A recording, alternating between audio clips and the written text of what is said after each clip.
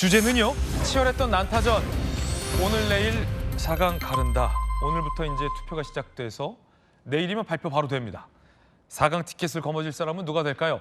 TV 토론에 치열했던 대목도 있는데 바로 이 계엄과 탄핵을 둘러싼 주자들 사이의 이견입니다. 들어보시죠. 홍 의원님께서 12월 4일 날 경솔한 한밤중의 해프닝이다 이렇게 말씀을 하신 적이 있습니다. 그리고 3월 20일 날은 홧김에 서방지한 거다 이런 표현을 쓰신 적이 있습니다. 그렇죠. 탄핵을 반대하면서 실질적으로 피해가 없었다. 2시간간의 해프닝이었다. 그러면 대통령한테 자진하야할 기회를 주자. 그 이야기를 한 겁니다. 제가 대통령께서는 그 이후에 자진하야 논란이 있을 때마다 자진하야의 생각이 없다는 의견을 분명히 밝히신 상태였거든요. 그렇다면 홍 후보님 말씀도 대통령이 직을 그대로 유지할 수 없다는 점에는 동의하셨던 것 아닌가요? 정치적 책임을 지고 자진하야라는 말씀 드리는 거는 이제는 더 이상 통치하기 어렵지 않겠느냐. 그 말씀을 드린 겁니다. 이철우 지사님께 여쭤보겠습니다. 윤 대통령의 비상계엄 선포가 정당한 권리를 행사한 것이다라는 말씀을 하셨어요. 헌법재판소에서 결론이 난 지금도 그렇게 생각하시는 것인가요? 왜 경솔하게 탄핵에 들어갔나 이 말이에요. 정당한 할 말이 권리를 있다 하는 행사한 것이라고 아니, 생각하십니까? 그렇죠. 그 내란이라 하는 말이 대통령이 무슨 내란이 있나 이게. 자, 치열했는데 특히 이제 한동훈 후보가 주포를 열었습니다. 포문을 열었고 홍준표, 나경원, 이철우 후보에게 모두 다 이 계엄과 관련된 공세적인 질문을 펼쳤는데 의외의 모습이라는 해석도 있는데 곽 의원님, 이 한동훈 후보가 정면 돌파를 선택했다 이런 분석이 나오고 있습니다. 각 후보들에게 그러면 대통령의 계엄에 대해서는 정당하다고 생각하느냐 지금도 라는 문제를 그냥 계속 던지면서 당내 일각에서 이제 제기됐던 이른바 배신자론을 그냥 정면 돌파하겠다라는 걸로 보여요. 예. 지난 주말 저도 토요일, 일요일 A조, B조로 나눠서 이루어졌던 토론회를 재밌게 봤는데요. 지금 8명에서 4명으로 일단 추리는 그 과정에서는 결국에는 탄핵과 비상계엄 이 부분에 대해서 후보들 간의 공방이 있을 수밖에 없다. 저는 그런 상황으로 보여지고요. 그리고 다른 이제 한동훈 전 대표를 제외한 다른 후보들의 경우에 이 비상계엄과 탄핵을 거쳐오면서 한동훈 대표에 대한 어떤 당내의 그런 공격 포인트 그거를 잡아야 본인들이 이제 본선 4명의 진출할 수 있다 이런 상황이기 때문에 그런 부분에 대해서 질문이 있을 때마다 아주 강하게 좀 받아치는 그런 부분이 아주 재밌었던 부분인 것 같습니다. 그렇군요. 그러니까 공교롭게 탄핵에 반대하는 3인과 탄핵에 찬성하는 1인으로 이루어진 이 죽음의 조, B조에서 예상을 깨고 한동훈 후보가 공세적으로 계엄과 탄핵에 대한 질문을 했던 장면입니다. 나경원 의원과의 토론한 대목도 저희가 준비해 놨습니다. 들어보시죠. 윤석열 대통령 쪽에서의 신당 논의가 보도된 것이 있습니다. 여기에 대해서 어떻게 생각하시는지 한번 듣고 싶습니다. 왜 대통령 경선하는데 윤석열 대통령을 자꾸 끌어들입니까? 저는 한동훈 후보가 내란몰이 탄핵을 선동한 것 때문에 정말 결국 이 지경을 만들었다고 생각을 합니다. 그 당시 대통령이 내란을 자백했다 하면서 사실 내란몰이 탄핵을 선동하는 데 가장 앞장섰다. 굉장히 안타깝게 생각합니다. 네. 결국 이 네 후보의 인식의 차이가 확인됐는데 정혁진 변호사님, 나경원 후보 같은 경우는 역시나 이 탄핵에 반대했던 가장 최전선에 있었던 후보이고 한동훈 후보야 탄핵이 필요하다라고 이제 탄핵에 앞장섰던 최전선에 있는 후보, 가장 이 최전선에 있는 두 명의 후보가 이제 맞부딪힌 장면이 바로 저 장면인데 탄핵 불가피하다라는 한동훈 후보와 한동훈 후보 때문에 이 지경이 됐다라는 나경원 후보의 토론 대목이었어요. 어떻게 보셨습니까? 글쎄요, 지금 국민의힘 경선은요 크게 4가지로 나뉘어질 수밖에 없어요. 네네. 첫 번째는 계엄에 대해서도 찬성하느냐, 계엄은 반대하느냐. 두 번째는 탄핵에 대해서 찬성하느냐, 반대하느냐. 그런데 조금 더 정확히 말하면요, 탄핵보다는 탄핵 소추에 대해서 찬성하느냐, 반대하느냐. 이 4가지 조합으로 인해 가지고 이제 후보들의 그 뭐라 그럴까 입장이 밝혀질 수밖에 없을 것 같다는 생각이 드는데.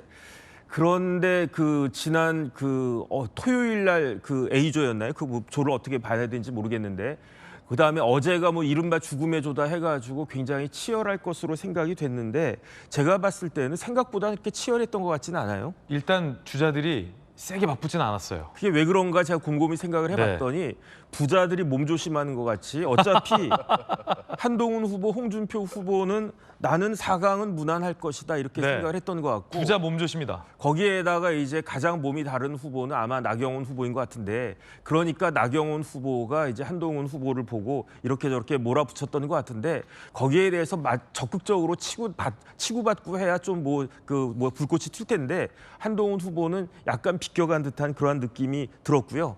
그다음에 결국은 4강에서 이제 양강으로 됐을 때 결국은 누가 올라가냐에 따라서 조금 더 재미있는 경선 모습이 보여지지 않을까 저는 그렇게 생각이 됩니다. 근데 정혁준 변호사님 결국은 이제 후보들 간의 인식 차이, 국민의힘 지지층이 이제 두 부류로 갈렸다라는 분석들이 많이 나오잖아요. 네네. 탄핵에 반대하는 분, 탄핵에 찬성하는 분. 그런데 많은 분들이 입을 모아 얘기하는 것은 이 대통령 본선에서 경쟁력을 높이기 위해선 탄핵 찬반으로 더 이상 분열하고 갈라져 있으면 안 된다라는 지적 많이 하셨잖아요. 네네. 그런데 이제 주자들 간의 후보들 간의 인식 차이가 확인이 됐어요. 어떻게 될까요?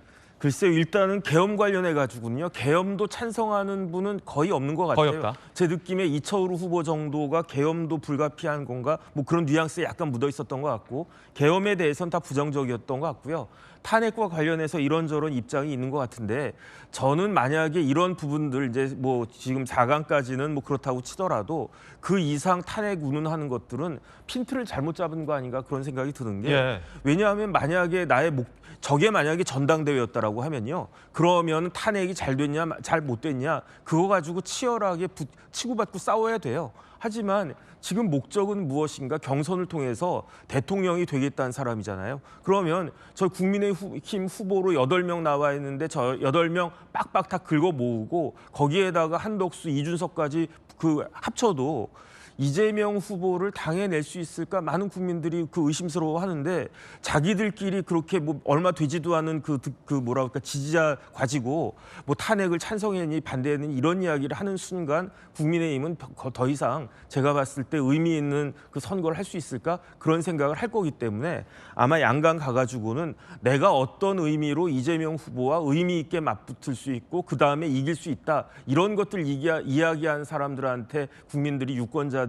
그 지지를 갖다 할 것이지 뭐 지금 다 지나간 탄핵 가지고 어차피 일은 벌어진 거 아니겠습니까? 어차피 조기 대선 이제 40일 정도밖에 남지 않았습니다. 지금에 아주 저런 이야기하는 사람은 지도자로서 별로 그렇게 그게 없는 거 아닌가 저는 그런 생각 듭니다. 네. 자, 양강으로 좁혀질 경우에 조기현 변호사님 많은 언론에서 예상하기에는 이른바 이 탄핵과 관련된 입장에 따라서 한 명씩 올라올 가능성도 크다. 예를 들어 뭐 탄핵에 반대하는 쪽에서 한 분, 탄핵에 찬성했던 쪽에서 한 분. 그런 예상도 좀 많이 하잖아요. 그 경우에는 과연 이 분열돼 있는 이 국민의힘의 어떤 이 분열 양상을 주자들이 얼마나 통합하려는지에 달렸다. 지금 정 변호사님 그런 논평 주셨는데 어떻게 보십니까?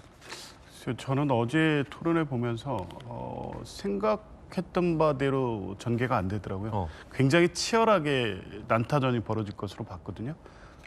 부자들이 아닌데 몸조심을 하고 계신 거죠. 부자가 아닌데 왜 몸조심을 하냐. 그러니까 당장에 4강을 들어가는 걸 뼈를 걱정하실 때리시는군요.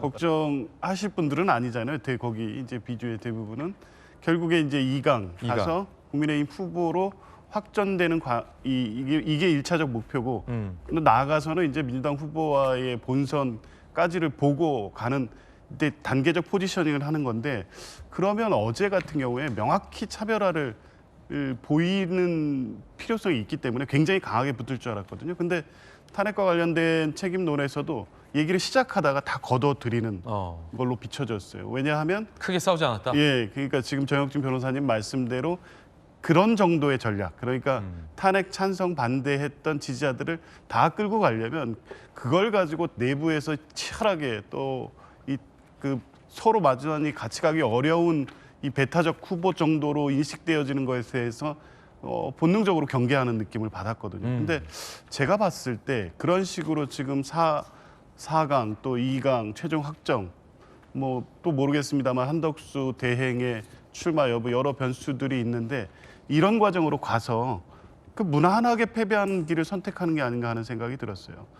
그러니까 당장의 대선은 물론이고 이후에 이 보수 혁신이나 보수 정당의 미래 이런 아젠다까지를 지금부터 세팅해 나가야 되는데 당장의 4강, 당장의 2강, 그리고 당장의 본선 여기까지만 보면서 너무 조심스럽게 접근하고 있으니까 근데 국민들 보시기에 크게 관심을 끌기는 어려울 것 같아요. 그러니까 지지자들 안에서는 적당히 요 정도가 그래도 우리가 같이 가야 되니까 요 정도면 뭐 괜찮겠다라고 생각할 수 있겠지만 지금은 비상계엄 내란으로 파면된 정권, 그 정권의 여당의 그 경선 치고는 책임론이 이렇게까지 이게 서로 이 봉합하고 가는 수준으로 경선이 전개될 거라고는 예상하지 못했거든요. 물론 이제 4강에 가서 2강으로 올라갈 때는 양상이 조금 달라질 수는 있겠지만 이런 방식으로 가서는 국민들이 지금 국민의힘이 비상계엄이 내란 윤석열 대통령과의 관계 문제 전혀 어떻게 가야 될지 정리 못하고 있구나 이렇게 비춰질 것 같습니다.